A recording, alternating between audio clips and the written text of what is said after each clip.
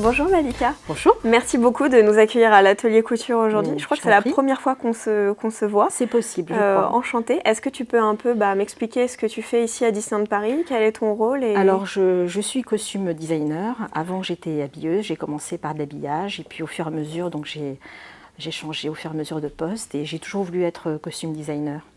Et donc toi, tu as travaillé sur les costumes du spectacle A Million Splashes of Color. Exactement, la symphonie des couleurs. Est-ce que tu peux un peu nous parler de ce que tu as fait sur les costumes? Comment ça s'est passé, tout ce processus de création? Je me suis inspirée de signatures iconiques des personnages et de Walt Disney.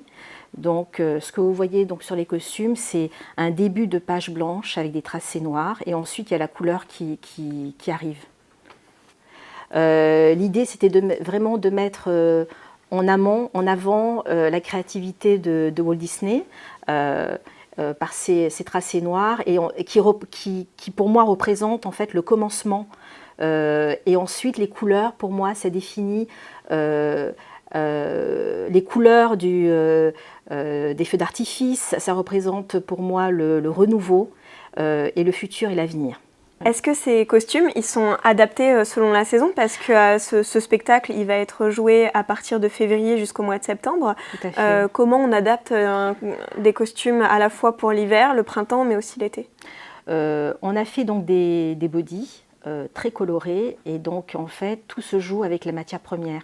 On a des bodys hiver qui sont assez épais et ensuite, dès que l'été arrive, on a fabriqué des bodys en résille. Mais qui sont toujours sublimés avec des couleurs, donc on ne voit même pas que c'est une résille. Et du coup, les danseurs pourront respirer et danser en même temps. Voilà. Ça prend combien de temps à peu près, du coup, la conception? En fait, quelles sont les étapes de création? En fait, j'imagine que vous faites des tests, qu'il y a d'abord des essayages et qu'après vous ajustez au fur et à mesure en fait, les costumes? Tout se fait en même temps, en fait. Thomas design les chars, ensuite je commence à faire mes recherches pour créer les costumes.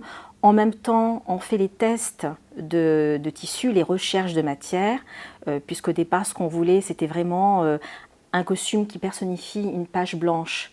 Donc il fallait trouver des costumes une matière qui est en même temps une tenue, comme une page blanche, et en même temps qu'il soit souple, puisque les costumes sont portés par des danseurs. Donc c'était vraiment un challenge très difficile.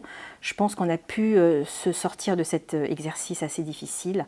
Et en fait, tout se fait en même temps. C'est-à-dire qu'il faut vraiment anticiper les saisons aussi, puisque comme tu le dis, Chloé, le spectacle commence, il fait un peu froid, et ensuite il fera très chaud.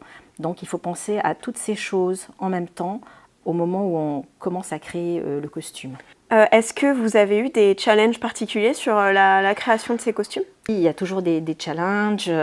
Les danseurs dansent sous la pluie, dans la chaleur. Donc voilà, c'est toujours une recherche permanente de matière respirante pour que nos artistes soient à l'aise lorsqu'ils travaillent.